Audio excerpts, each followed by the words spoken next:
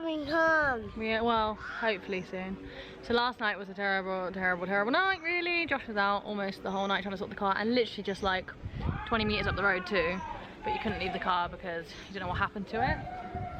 And today's not been much more lucky so far, really. So we had play practice at school in the morning, and then I wanted to do a half day today because there's just parent meetings this afternoon, and I didn't need to be around for it. But now we have another problem with the car and the brakes. So Josh has had to leave the car with the mechanic and is now coming to get us. So we're going to go into town and try and, I don't know,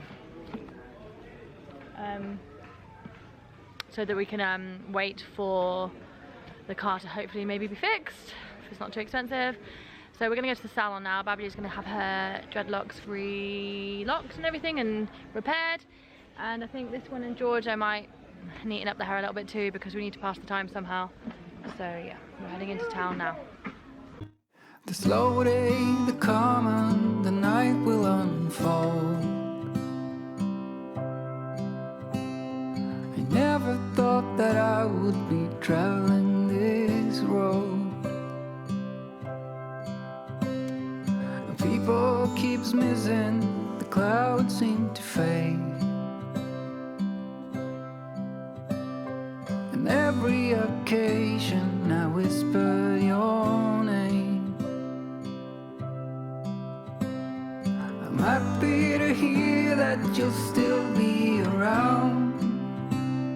I thought you were leaving without a sound.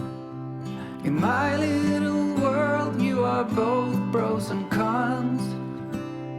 It's hard to admit when you feel you don't belong. So tell me, are you still in there? As beautiful as you are, you just don't know how far. In this world I'll be right by your side with arms.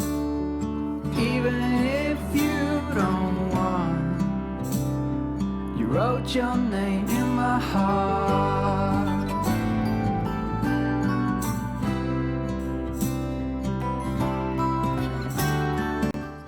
I decided to let a couple of the girls come back to have a sleepover tonight, and we've come home, and what's happened, Adam? What's happened?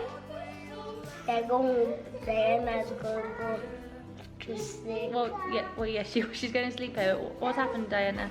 There's no Crocodile. no power. Yeah. They're using phone lights. So many children. All of your bruises and all of your fun. Tell me, are you still in here? As beautiful as you are, you just don't know by far. It hasn't been the best of weeks. I can't, you know, I really shouldn't complain too much because I know a lot of people have it a lot worse off. But it's just, yeah, you know, little things that are stressful and like add up sometimes, and when I'm stressed I kind of just get really tired. So I'm pretty tired.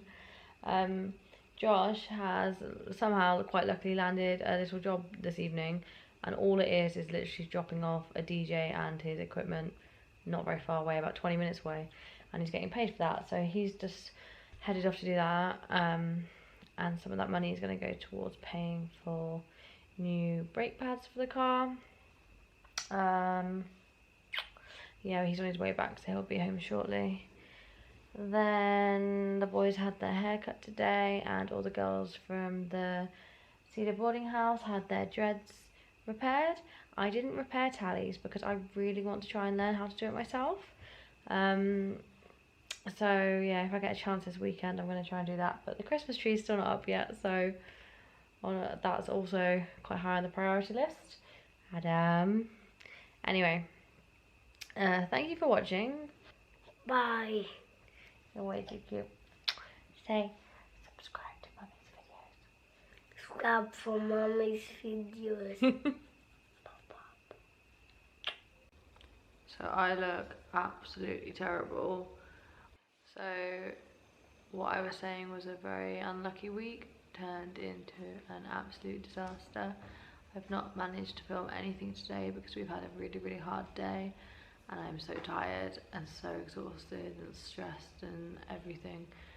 So I'm going to sit down tomorrow and try and explain properly what happened here today.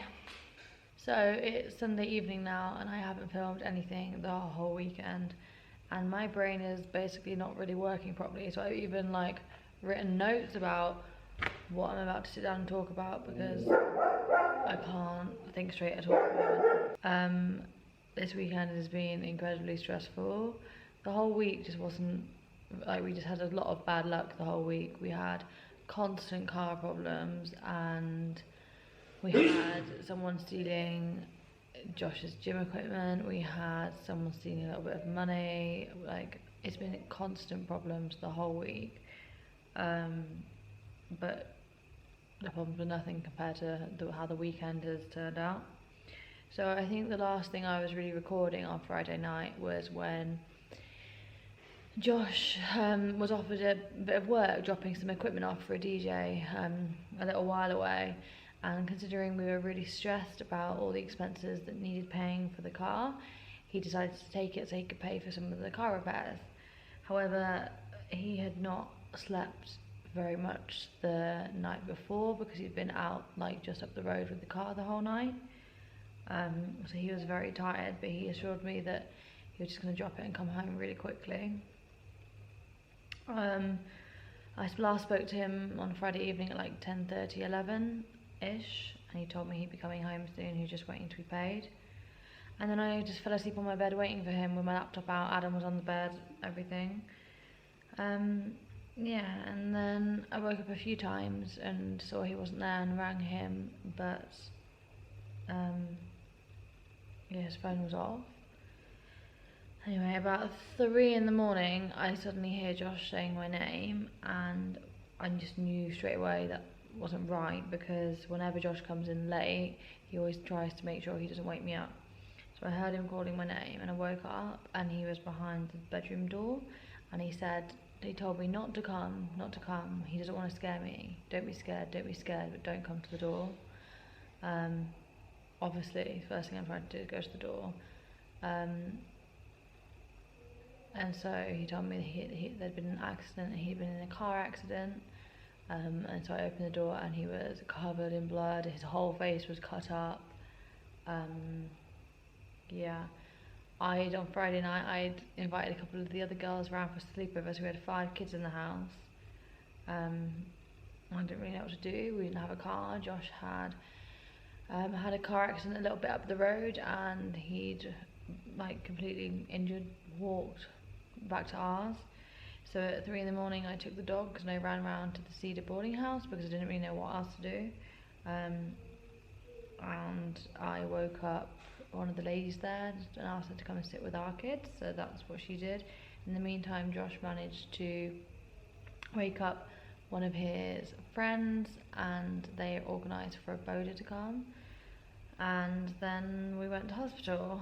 So on the way to hospital, we first went past the crash scene, the accident scene, whatever, and it was horrific. Josh had gone straight into a stationary, I don't know what it was, some sort of digger type thing, where they're making the road. Now, he was obviously way too tired driving because he'd not slept enough the night before, but also it had been raining that night and they are making the road. So when they are making the road and it rains, the road is awful. And also they just park these vehicles along the road and they don't give you any warning they're coming up. There's no signs saying roadworks, there's no cones, there's nothing. They just turn up in the middle of where you normally drive. They always say most accidents are right by home. Josh is used to driving that road every day. Obviously he didn't expect them to be parked there. And yeah, he went flying straight into one and the car was completely crushed. And the thing that scared me the most is when I looked at the car,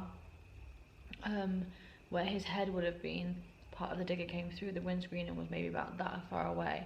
So if he had gone just a few more centimetres forward, like his whole head could have been chopped off or whatever, I don't know. It just really shook me up quite a bit because he was incredibly lucky. The whole front of the car is completely ruined. I mean, I'll insert some pictures now that we got of the car the next day. It's basically entirely written off. But anyway, I'll talk a bit more about that later. We then went to, I'm not going to name any of the hospitals because I don't think that's right, but we went to somewhere that's, you know, known to be a good place to go, and see a doctor. Not really in the middle of the night. I don't think anywhere's meant to be very good, but still, we took him to the best place, and they were appalling. I mean, everyone was sleeping, so we woke them up.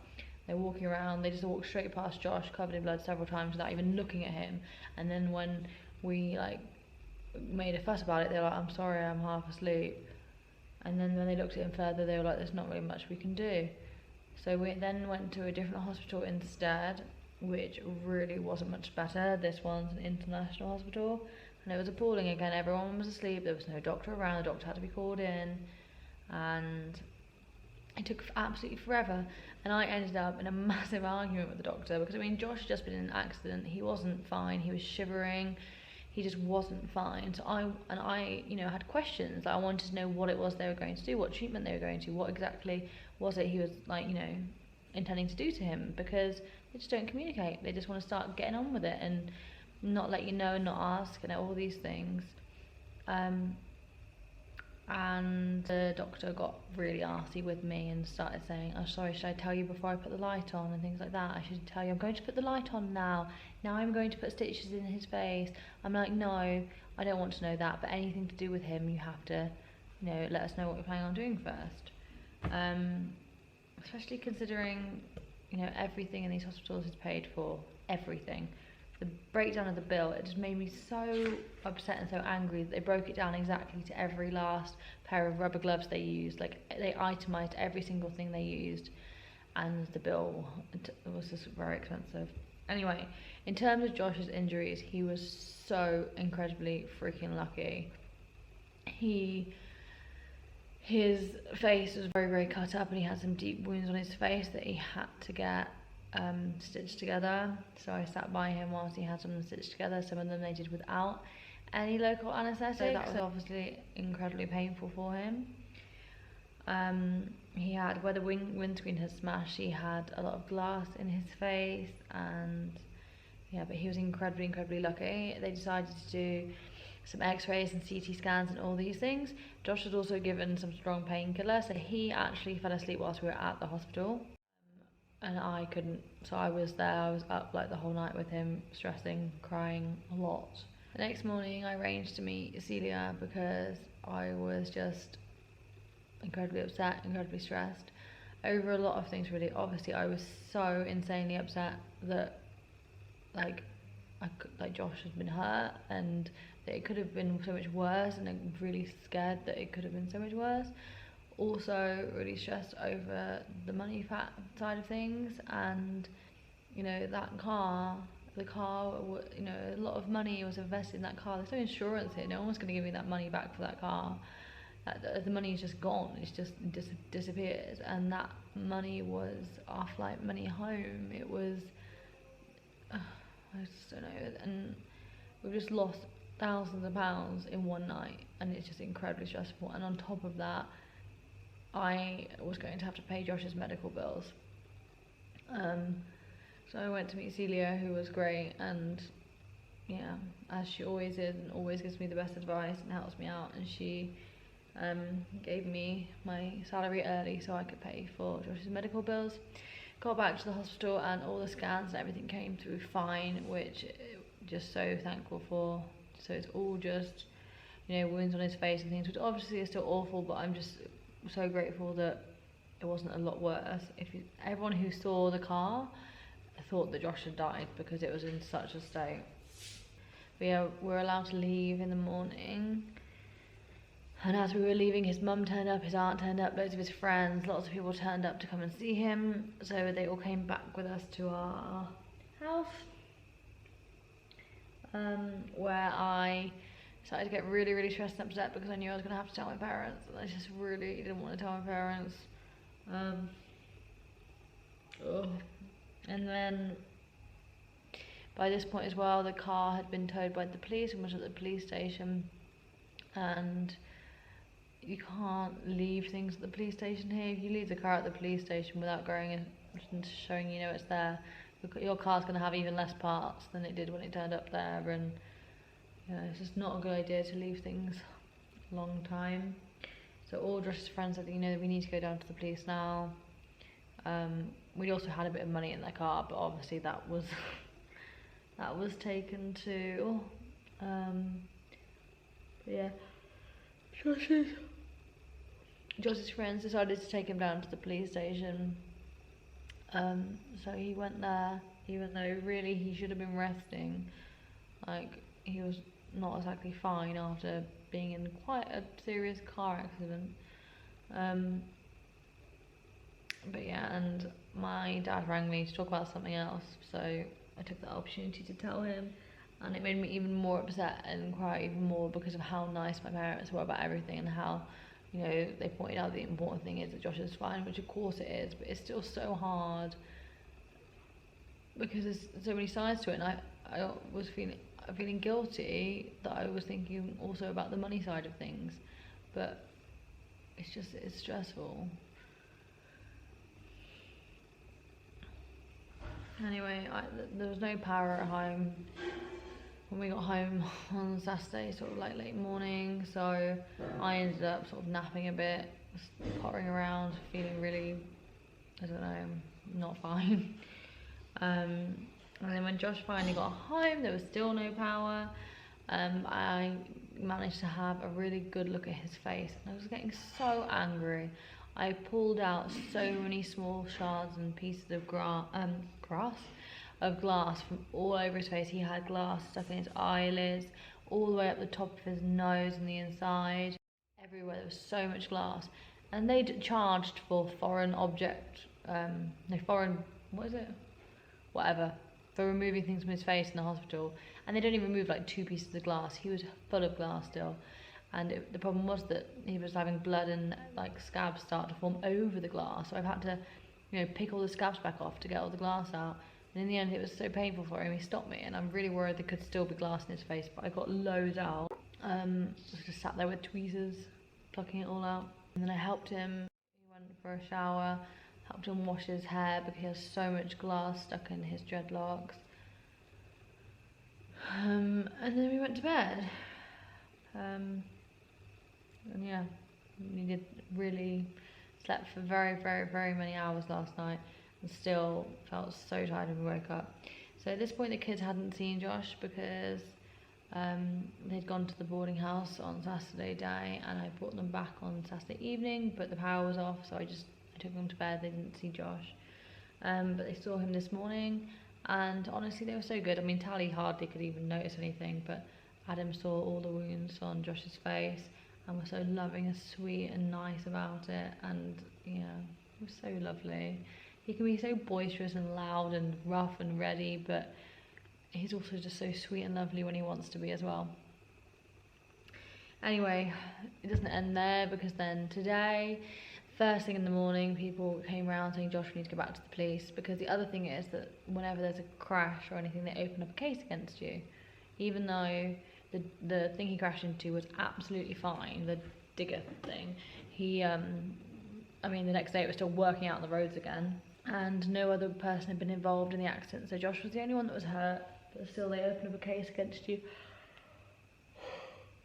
And he really also just needed to get the car removed, so he went back to the police first thing this morning, and then managed to sort that out, and then the car got towed elsewhere, and we tried to find out what our options were for the car, and I mean, none of them look very good really. Realistically, we're going to sell it for a few £100s, making a loss of a few £1,000s, and I just don't want to talk about it because it's don't want to talk about it, but it's just so stressful. Money is such a stressor.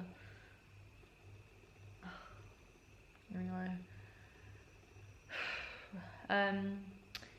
But it has been suggested that sometime in the evening we go back to that sort of area and have a look and try and get some photos of evidence, because the point was no warnings or anything that those stationary vehicles were coming up, which, you know, I mean, realistically we're not going to get anything for it, but it might be worth a try.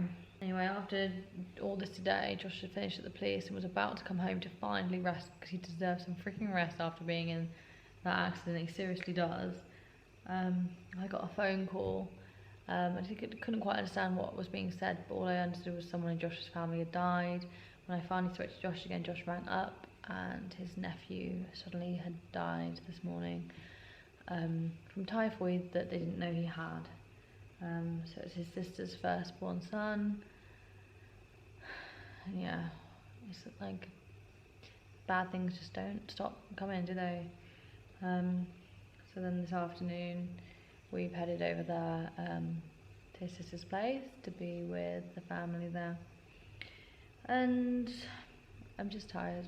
I'm really tired. I'm stressed because of all the money, and I keep getting really, really upset at the thought of losing Josh. I know everyone's like, but he's fine, you know? But he could have been killed. He could have so easily been killed. It was such a close call. It really was. He's so lucky. And just the thought of losing him, like the amount of nights I have, like whenever like his phone goes off or whatever and he's home, not exactly when he says he'll be, I always, you know, I have these really, I don't know, anxious thoughts and constantly worry that he's been in a car accident, he's died. It's always my vision. Like, I know that's such a horrible thing to say, but I'm always panicked, and whenever he comes home late I have a go at him because I'm like, I thought you'd been in a car accident and died. And the ironic thing is, the day he was in a car accident, it's probably one of the first nights I've never thought that. And he was in a car accident, but oh my god, thank god he did not die. Like, I just honestly just don't know what I would do. Just don't know what I'd do, and it scares me a lot. And I'm like, we were in another car today and I was just getting so paranoid. I wasn't even in the accident. He was the one that was in the car when it crashed. He should be the one that's getting really, really worried about it all. But I was in the car today and I just wanted them to drive slow, making sure seatbelts were on all the time. Yeah. Anyway, I have managed to say this whole story very unemotionally, which is great because I have hardly stopped crying the whole weekend. But yeah, I hope Josh's face heals alright. He's probably likely to have quite a lot of scarring. Yeah, I'm just really worried about his eye. If that had even just been like a little bit further down, he'd probably have lost his eye or his eyesight. I mean, yeah, considering everything, we were so lucky. But now we have no car. We have a safe way of getting around. I don't want to put the kids on boaters, it's not safe. We've got so much financial stress now. We've lost all that money, all the money that we're going to use to fly home. And yeah, like I said, just the fact that Josh could have been killed has really shaken me up quite a bit. I wonder when our problems will end. It feels like our problems are getting worse and worse, and we just love a break. A break from problems. We're just not getting any breaks. Problems just seem to be escalating, getting worse and worse, and that makes me worried because our luck has been so bad. Like, what's next? And I know that's ridiculous. I shouldn't anticipate bad things happening, but when are things going to get better? Also, just absolutely terrifies me how bad the service was and how bad the two places that, like, the best hospitals and medical facilities in the area, like, how bad they truly were. And the fact is that if that had been a critical situation and Josh was actually dying, he would have died. There would have been absolutely no chance. There was no response to anything, and it was just an absolute nightmare. I also forgot to mention, like, how scary it was for Josh when he crashed. So he was stuck in the car. There's no one around at all. His phone was off. He couldn't get out of the car. Eventually, some security guards that heard the crash down at the factories made their way there and helped him, but they couldn't leave their posts and their jobs, because if they left and obviously factories got broken into, they'd have lost their jobs. So they helped Josh out of the car and went back to work. Josh then like didn't really know what to do, so started walking home, and so Josh, injured after just crashing the car, walked home because there's nothing else to do. And you know, we didn't have a car, and there really was very little to do. We're lucky that his friend woke up and knew someone with a boda, but yeah, no ambulances we could have called really, and that scares me a lot. And it scares me a lot for my kids and everything. If anything ever happens to them and we're in like a critical situation where we need to get urgent medical care, we're absolutely screwed. We really are. I mean, it's a bit better in the daytime, but it's not great. It really isn't. And it's things like that that make me really, really want to get my whole family back to the UK already, because it's just really scary. It really is. Like we were so lucky. But if Josh had crashed that car and been seriously injured in that car, he would have been left in that car on his own for a long time before anyone came to his help. And then what would they have done? If they were in a much more critical situation and couldn't have walked home, he would have just been left there to die. Anyway, that didn't happen, so I shouldn't, you know, think about that too much. But it just scares me because I feel like we have to be prepared for it if any of these things ever happen. And I don't really know how to be. Like, your best bet is to get to Kampala, but Kampala's a few hours away. And so, you know, sometimes you don't have that much time. Anyway, we're lucky that, you know, I'm able to spend, even though we're struggling so much with money, like, I was still able to take him to some of the better hospitals that there are around here, even if they really weren't great. But yeah.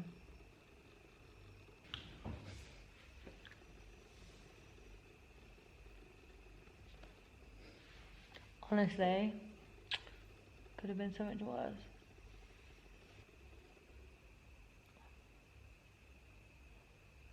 Anyway, Josh is going to clean his face a bit again, and yeah, I think we're gonna go to bed. I've got to get to school really, really early in the morning. It's dress rehearsal for the play. Like, have to keep on going and everything with life. Josh is probably gonna have to head back to the burial of his nephew. Yeah. So thank you for watching. Sorry it's quite a moany, groany, sad video, but unfortunately our weekend has not been a good one, and I just hope things do get better from here. Anyway, I'll see you again tomorrow. Okay, bye.